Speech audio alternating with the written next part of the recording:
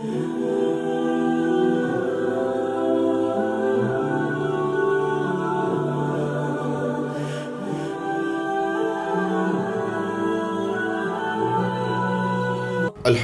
رب العالمین الصلاۃ والسلام علی سید المرسلین اما بعد فاعوذ باللہ من الشیطان الرجیم بسم اللہ الرحمن الرحیم السلام علیکم ورحمۃ اللہ وبرکاتہ۔ اس حوالے سے پروگرام کا آغاز کرتے ہیں۔ السلام علیکم ورحمۃ اللہ۔ وعلیکم السلام ورحمۃ اللہ تعالیٰ وبرکاتہ۔ علامہ صاحب، انسان بعض اوقات بہت مایوسی کا شکار ہو جاتا ہے، تو اس کو اس مایوسی سے نکالنے کے لیے کیا ایسی تدابیر ہونی چاہیے جو قرآن و سنت کے مطابق آپ اگر ہمیں اس کا کوئی حل بتائیں تو؟ دیکھیے، انسان پر بعض دفعہ آزمائشیں آتی ہیں، امتحان آتی ہیں، انسان کو کوئی رستہ نظر نہیں آتا، اس کو کوئی سبب بنتا ہوا نظر نہیں آتا۔ تو یہ امتحان کا وقت ہوتا ہے، آزمائش کا وقت ہوتا ہے، تکلیف کا وقت ہوتا ہے، اور یہ تکلیف یا کچھ ہوتی ہے، یہ اصل میں یوں سمجھیے کہ ایک راحت کا سبب بننے والی ہوتی ہے۔ مالک کائنات کی جو ذات ہے، جو جہاں مسبب الاسباب ہے، وہ سبب بناتی ہے، وہیں وہ مفتح الابواب ہے، وہ دروازے بھی کھولتی ہے، اور نئے نئے دروازے بھی کھلتی ہے۔ تو بعض دفعہ انسان ایسا ہوتا ہے جب کسی مشکل میں پھنس جاتا ہے تو مایوس ہو جاتا ہے، پتہ نہیں میرا کیا ہوگا۔ ایسا نہیں ہوتا، بعض دفعہ کچھ تکالیفیں آپ کے لیے بہتر دروازہ کھلنے کے لیے آتی ہیں۔ یوں ایک قرآنی مثال آپ کو دیتا ہوں۔ دیکھیے، جناب موسیٰ علیہ السلام کو دیکھیے، آپ جب مدائن سے واپس جا رہے تھے تو اپنی زوجہ کے ساتھ، تو رستے میں آپ کو سردی لگی، اب سردی لگی تو آپ تلاش میں نکلے، مجھے کہیں سے آگ ملے۔ تو آگ کی تلاش میں آپ نکلے اور آپ نے دیکھا کوئی طور پر وہ جل رہا ہے اور اب سے ہم کلام کا واقعہ ہوا۔ تو اب پہلے آپ کو سردی لگی، تکلیف ہوئی، تھوڑا امتحان ہوا، پریشانی ہوئی، لیکن اس تکلیف نے آپ کے لیے کتنا بڑا دروازہ کھول دیا، کس مقام پر لے کے رب تعالیٰ سے ہم کلام ہونے کا شرف مل گیا۔ اللہ اکبر۔ تو یہ کیا ہوتا ہے، بعض دفعہ کچھ تکالیف جو ہوتی ہیں آپ کے لیے ایک نئے دروازے کا سبب بنتی ہیں، ٹھیک ہے؟ تو وہ جو وقت ہوتا ہے، وہ امتحان کا وقت ہوتا ہے، وہ صبر کا وقت ہوتا ہے۔ صبر بھی تو ضروری ہے۔ قرآن کریم نے فرماتا ہے نا کہ ہم آزمائیں گے تمہیں، آزمائش ہوتی ہے۔ وَنَقْصٍ مِّنَ الْأَمْوَالِ وَالْأَنفُسِ وَالثَّمَرَاتِ، یہ جو ہے جان مال میں کمی سے اللہ تعالیٰ آزماتا ہے۔ تو یہ اس کا مطلب یہ نہیں کہ اب سبب نہیں بن رہا، ہوتا یہ ہے کہ وہ اس مشکل کے بعد اللہ ضرور کوئی رستہ کھولتا ہے، جیسے اس کا وعدہ ہے اِنَّ مَعَ الْعُسْرِ يُسْرًا، کہ بے شک تنگی کے بعد ضرور آسانی ہی آسانی ہے۔ تو وہ بہت آسانی ہوتی ہے۔ تو اس لیے اس کا مطلب یہ نہیں کہ اب سارے رستے بند ہو گئے، سارے معاملات ہو گئے، ضرور مالک کائنات آپ کے لیے بہتر سبب بنائے گا۔ اس لیے مایوسی نہیں ہونی چاہیے، اور اس تکلیف کو سمجھیے کہ یہ ایک نیا دروازہ کھلنے کا آپ کے لیے رستہ ہے۔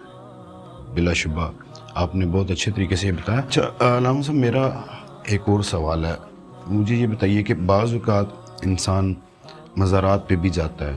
عقیدے کے حوالے سے آپ گفتگو کر رہے تھے تو میرا ذہن میں یہ بات آئی، تو یہ دعا جو کروائی جاتی ہے کیا یا وسیلہ تلاش کیا جاتا ہے، تو کیا یہ مسبب الاسباب کے متضاد تو نہیں ہے، اس کا اختلاف تو نہیں ہے؟ جی، آپ نے بہت اچھی بات کی ہے، اور اصل میں ہم کوشش یہ کر رہے ہیں کہ ہم جو ہے ہمارے عقائد اور ایمان کی درستگی ہو۔ اس پر ہم نے ایمان باللہ کا ایک ٹاپک شروع کیا ہوا ہے۔ تو یہ بہت ہی اچھا اہم سوال آپ نے کیا ہے۔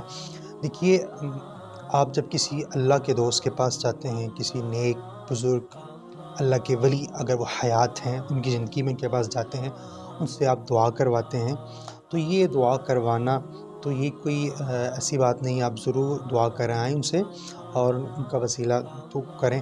اور آپ جب کسی مزار پر بھی جاتے ہیں ضرور جائیں، وہاں پر آپ ان مزار پر جانے کا جو طریقہ ہے، شرعی طریقہ، اس طریقے سے جائیں کہ مزار پر جانے کا طریقہ یہ ہے کہ تقریباً 5 فٹ جو ہے وہ قبر سے مزار سے پیچھے کھڑے ہو کر آپ وہاں کھڑے ہوں، اور وہاں آپ جو ہے وہ فاتحہ پڑھ کے آپ صاحب مدار کے حق میں دعا کر کے، ان کا وسیلہ اللہ کی بارگاہ میں دعا کر کے، دعا تو اللہ سے کی جاتی ہے۔ یاد کیجیے، جب وہ اللہ کے ولی کے پاس آپ جاتے ہیں یا مزار پر جاتے ہیں تو وہاں دعا جو کی جاتی ہے وہ حقیقت میں اللہ سے مانگا جاتا ہے۔ تو اب آپ جب وہاں جائیں تو آپ کا عقیدہ یہ ہونا چاہیے، آپ کا یقین یہ ہونا چاہیے کہ مانگا رب سے ہے، اللہ سے مانگا ہے، اور اللہ رب العالمین اس بندے کی دعا کو میرے لیے سبب بنا دے گا، اس بندے کے وسیلے کو میرے لیے سبب بنا دے گا۔ بنانا اس نے ہے، کرنا اس نے ہے، دینا اس نے ہے، عطا اس نے کرنی ہے، نوازنا اس نے ہے، خزانے اسی کے پاس ہیں، عطائیں اسی کے پاس ہیں، نوازشیں ساری اسی کے پاس ہیں۔ یہ جو اللہ کے ولی ہیں، ان کی دعا آپ کے لیے رب کی عطا کا دروازہ کھلنے کا سبب بن سکتی ہے۔ سبحان اللہ۔ اللہ کے ولی کی درگاہ پر برکت کی جگہ ہے، رحمت کی جگہ ہے، وہاں رحمت اترتی ہے۔ جہاں اللہ کے محبوب دوست ہوتے ہیں نا، قرآن کریم دیکھیے نا، اللہ اکبر، جناب زکریا علیہ السلام کا واقعہ دیکھیے، اللہ کے نبی ہیں، آپ بڑھاپے میں ہیں آپ، لیکن جناب مریم جو اللہ کی ولیہ ہیں، ان کے محراب جائے نماز، ان کی عبادت گاہ ہے جہاں ان کا مقام ہے، وہاں جاتے ہیں تو اللہ کہتا ہے ہنالک دعا، اس مقام پر جب دعا کرتے ہیں تو اللہ ان کی دعا قبول کر کے ان کو بھی اولاد کی نعمت عطا فرماتا ہے۔ اللہ تو کیا پتہ چلا، جہاں اللہ کے ولی کا مقام ہوتا ہے، عبادت گاہ کا مقام ہوتا ہے، وہاں دعا قبول ہوتی ہے، رحمت ہوتی ہے، برکت ہوتی ہے۔ تو آپ جب وہاں جائیں، لیکن آپ کا عقیدہ یہ ہو کہ دعا میرے رب نے قبول کرنی ہے، کرم اس نے کرنا ہے، فضل اس نے کرنا ہے، عطا اس نے کرنی ہے، اس ہستی کو یا اس دعا کرنے والے کو اللہ میرے لیے سبب بنا سکتا ہے۔ مسبب الاسباب کا عنوان ہمارا آج کا ہے، تو اس حوالے سے لوگوں کو کوئی ایسا وظیفہ بتائیں کہ وہ وظائف کر کے وہ اپنے لیے اسباب میں بہتری لا سکیں۔ سبحان اللہ۔ مالک کائنات کے جو نام سبب الاسباب نام ہے نا، یہ تو خود ایک بہت بڑا وظیفہ ہے۔ آپ مشائخ کرام کے جو اللہ کے ولی اولیاء ہیں، ان کی اگر آپ معمولات کو دیکھیں نا، تو ان کے اندر یہ باقاعدہ یہ وظیفہ ان کے اورات میں شامل ہے۔ یہ ختم خواصگاہان ہوتا ہے، اکثر جو بالخصوص مشائخ نقش بندیاں ہیں، دیگر مشائخ بھی کرتے ہیں، ان کے ہاں تو معمول ہوتا ہے ہر دن عصر کے بعد، جو عصر کے بعد یہ ختم شریف پڑھا جاتا ہے، ان کے مراکز پر، ان کے استھانوں پر پڑھا جاتا ہے، تو وہاں پر اس میں یہ لفظ آتا ہے یا مسبب الاسباب، اس کو ایک مخصوص تعداد میں پڑھا جاتا ہے، یا مفتح الابواب، اس کو اس انداز سے پکارا جاتا ہے، یا منجی الغرقہ، یا منقذ الحلقہ، یا خفی اللطف ادرکنا بلطفک الخفی، یہ بڑے انداز سے پکارا جاتا ہے۔ تو یا مسبب الاسباب اللہ تعالیٰ کا ایک باقاعدہ نام ہے جو بہت ہی زیادہ برکتوں والا ہے۔ اس کا وظیفے کا اکثر بزرگوں بہت سے طریقے بتائے ہیں۔ ایک طریقہ یہ ہے کہ جس بندے کے کوئی روزی کا معاملات نہ بن رہا ہو، اس کی تنگی ہو، پریشانی ہو، اس کو چاہیے کہ عشاء کے بعد 2 رکعت نماز نفل پڑھے، مرد کے لیے یہ ہے، تو نفل پڑھ عشاء کے کے بعد عشاء کے بعد سونے سے پہلے 2 رکعت جو ہے وہ اللہ کی بارگاہ میں پڑھ کے پھر باہر آ جائے، صحن میں کھلے آسمان تلے ٹوپی اتار کے 500 مرتبہ پڑھے یا مسبب الاسباب، پھر کی بارگاہ میں دعا کرتا رہے۔ ٹوپی اتار کے ہاں، مرد جو ہے وہ باہر آ کے باہر پڑھے آ کے اور وہ 500 مرتبہ 500 مرتبہ یہ پڑھے۔ ہر جمعے کی رات عشاء کے بعد، ہر جمعے کو یہ اس طرح کرے تو جمعے انشاءاللہ کی رات یعنی جمعرات اور جمعے کے نہیں، دن جمعے والے دن اچھا، رات جمعے والے دن رات کو عشاء کے بعد یہ کرے، اور یہ جو پھر اس طرح یہ وظیفہ کرے۔ اور خواتین کے لیے کہ وہ اپنی اندر بیٹھ کر ہی جو ہے وہ دوپٹہ پہن کر اسی طرح ہی وہ یہ وظیفہ کر سکتی ہیں، تو اس کے بڑے اچھے اثرات ہیں، اللہ ضرور کرم کرے گا۔ مسبب الاسباب ہے بنانے والا، تو یہ اس کے نام کی بڑی تاثیر ہے، تو اس طرح یہ وظیفہ کیا جا سکتا ہے۔ سبحان اللہ، آپ نے بہت خوبصورتی سے اور بڑے دلائل کے ساتھ ہمیں قرآن و سنت کی روشنی میں ہمیں بہت ساری چیزیں بتائیں۔ ناظرین دیکھیے، قرآن مجید فرقان حمید ہمارے لیے انعامات کی وہ کتاب ہے، وہ معجزہ ہے ہمارے لیے، جو نبی کریم صلی اللہ علیہ وسلم کے ذریعے ہم تک پہنچا۔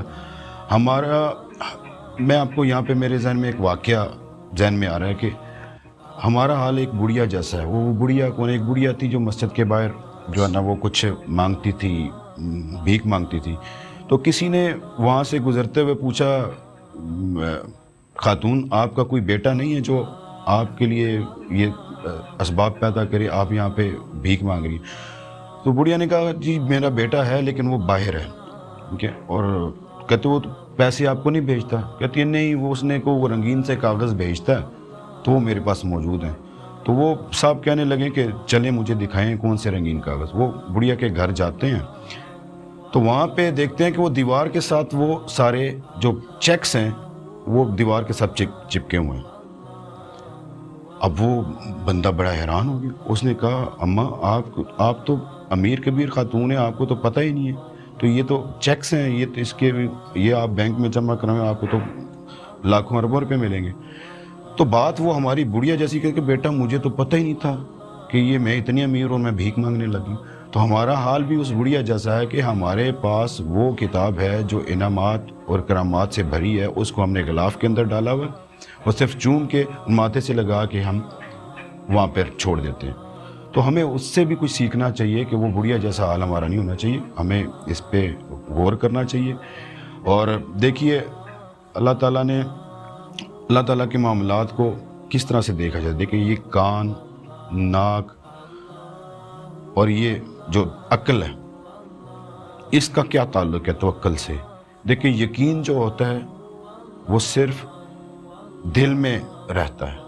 اب دل میں یہ راستہ کون سا ہے؟ وہ آنکھ، کان اور عقل سے ہوتا ہوا وہ ہمارے دم میں پہنچ کر ہمارا دل اس کو یقین پہ بدل دیتا ہے. اور یہی وجوہات ہیں جو ہم توکل کے اوپر غور نہیں کرتے. اس پہ ہمیں ایک اور چیز بھی ہمیں ملتی ہے کہ ہم یہی چیزیں جو ہمارے اعضاء ہیں فوکس صرف اور صرف اللہ کے احکامات کے اوپر کر لیں تو ہمارا یقین اللہ پہ توکل پختہ ہو جائے گا. امید کرتا ہوں آپ کو ہمارا یہ پروگرام پسند آئے گا. اگلے عنوان کے ساتھ دوبارہ آپ کے سامنے حاضر ہوں گے. جاتے جاتے آپ سے یہ درخواست ہے کہ ہمارے اس چینل کو لائک کریں، شیئر کریں، سبسکرائب کریں اور نیچے دیے گئے بیل آئیکن کو ضرور دبائیں تاکہ ہمارے آنے والے تمام پروگرامز کے نوٹیفیکیشن آپ کو مل سکیں.